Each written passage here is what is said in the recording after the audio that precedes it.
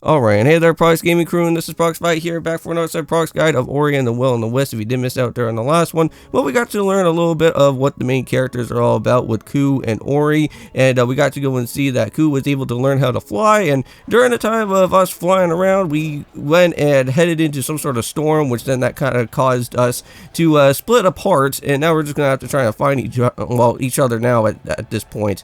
And for right now, we're just kind of escaping from this wild, crazy type of wolf creature that's right here. And yeah, for right now, the only option weapon that we have is using a torch. So hopefully that will at least somewhat kind of help out with some stuff.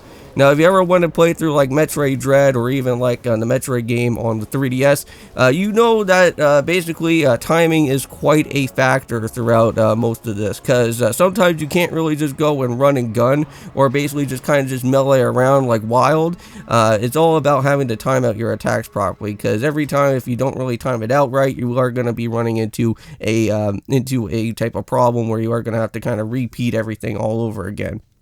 But at least the good thing here is that with Ori is that even if you do run into like somewhat of a game over, it's not really as much of a game over. It's just that you kind of have to restart from where your last checkpoint was going to be. But it looks like there is going to be a set keystone that we're going to have to go and find. So just like how we found the keystones from the last time from before, we're just going to have to be on the search to at least try to find them again.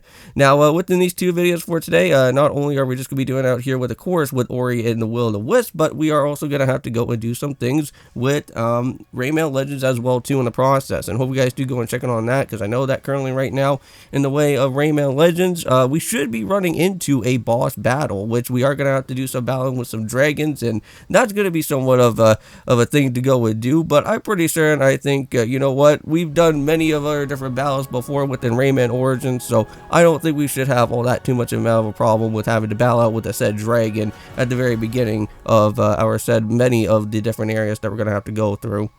Now, if you guys do see here, there are these type of trees that Ori could go and interact with, and most of these type of trees that are going to be here will actually give you certain different upgrades, and so far we are going to be encountering out with some upgrades that Ori will be able to go and use, such as being the first of many, with an actual said weapon. Now we can go and actually cut down some stuff. Now, I know that before when we had a torch, that was basically our temporary item for the time being, but however, we are going to be able to now go and get a special type of melee weapon, which we can use at any given moment in time, so that we can actually be able to then go and do some other side exploring if we ever do need to. Because again, this game does work like Metroid, so there's a lot of things that you can go and do within the game and do so much amount of like different exploring. But again, mind you, I'm not 100%ing throughout this game, but if I do come across with anything related into like upgrades and other like optional side stuff, I'll try and go out of my way for those said things as well. But so we got all these type of cats here again. I know that we've seen them before since like the very beginning of our time when we went and fell all the way down into this woodsy area, and now it seems like they're gonna kind of talk to us a little bit more and see what else is gonna happen here. So right now we got ourselves with the Spirit Edge, and now we are able to actually go and put this into any of our optional items for the type of letters that we do need. So we could put it into the Y, the X, or the A button right there.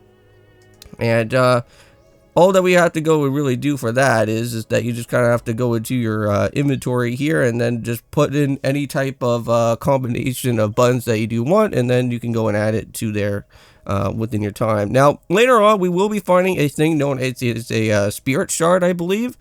Spirit shards are basically kind of like little equipment boosts, so that it can kind of help you out throughout most of the other different areas. And we will be encountering out with one of those, which that will have to be something known as the stick ability, which if you guys have been seeing so far is that we're able to do quite a bit of some climbing and stuff. And I know that there may probably be a situation where we may have a time where we are just going to be like slipping and sliding all over crossed on some other different walls and whatnot. So why not have the stick functionality where we can just be able to just go and just have that there for the time being.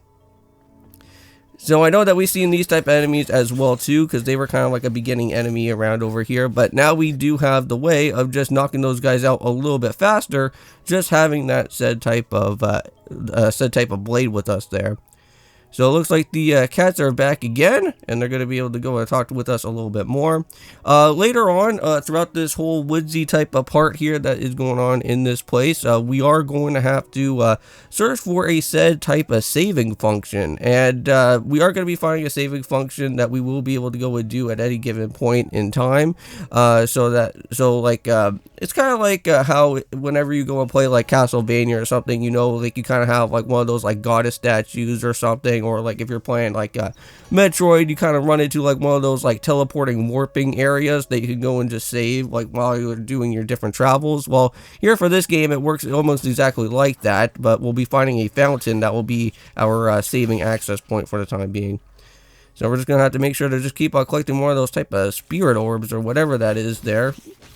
Because I don't know, we may probably have to use that for currency or something at some point later on down the road, or maybe something that will probably have some sort of usage out of this.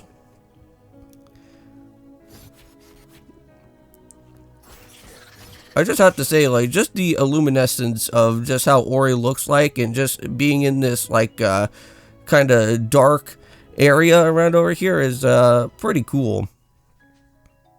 Because, like, you could just be able to just kind of just see, like, a lot of, like, luminescent stuff that's here. But, if you guys just went and saw, when we were just cutting into that type of bridge place there, there is going to be a movable rock that we could go and move around with in there. It's just that I didn't really realize it right away, but we made it to the save point to actually head on into there first. And, yeah, and you could also do some backflipping with Ori, too.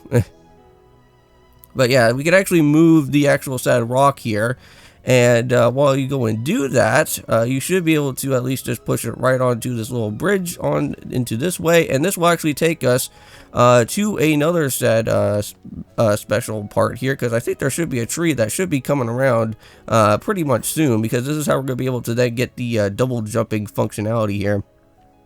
Because there is going to be quite a bit of parts, as you guys can go and kind of at least somewhat foreshadow there, is that with that big huge brick that's kind of floating up in the sky there, normally that will have to be for said double jumping power, because that's the only way for us to at least somewhat escape all the way on out of this said little location here for now.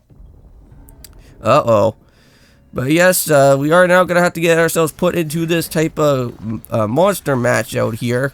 Yep, and there is going to be a couple of these guys that will be kind of showing up as well. Now, just make sure to just time out your attacks right, and just keep on launching out at them as fast as you can. And there we go. And just like that, we knocked them out. And now we can go move a little bit further.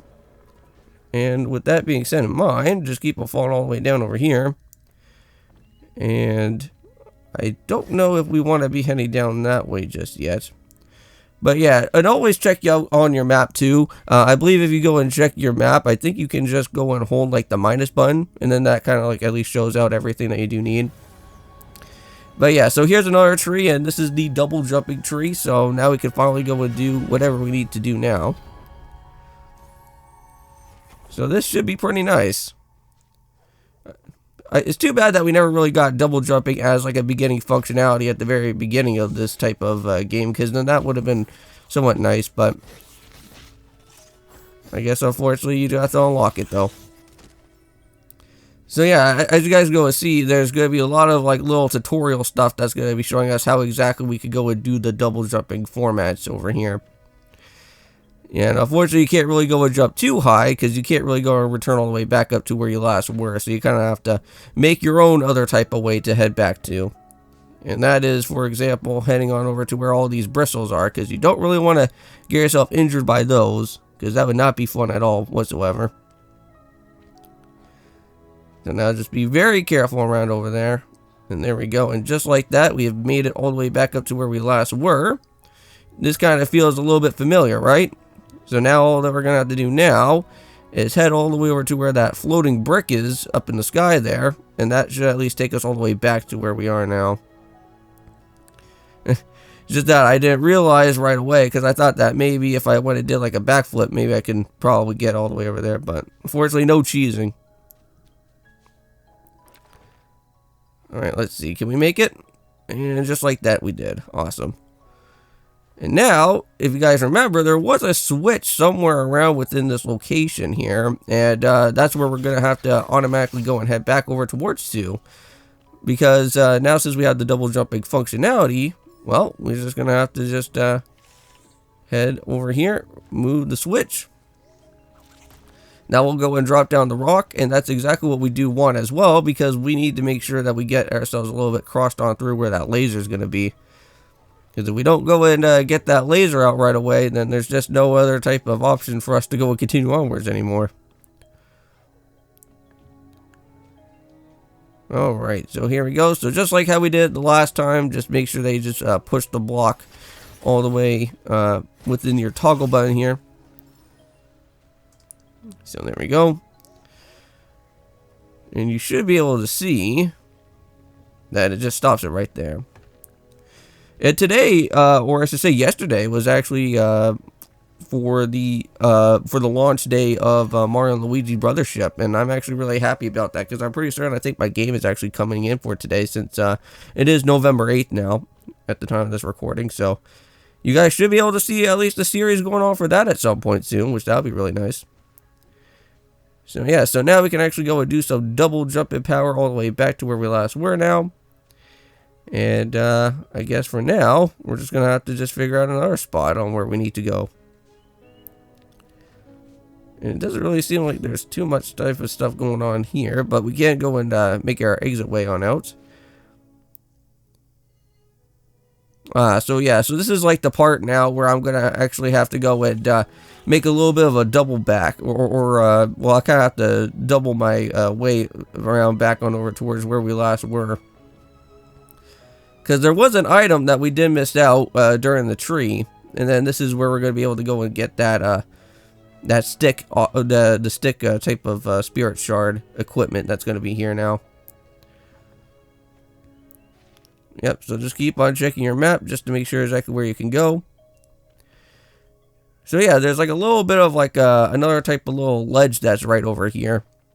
And we can just move right on over to this way and get the sticky. And now we just need to know just how we can get ourselves all equipped for this. And that is also by having to press the minus button.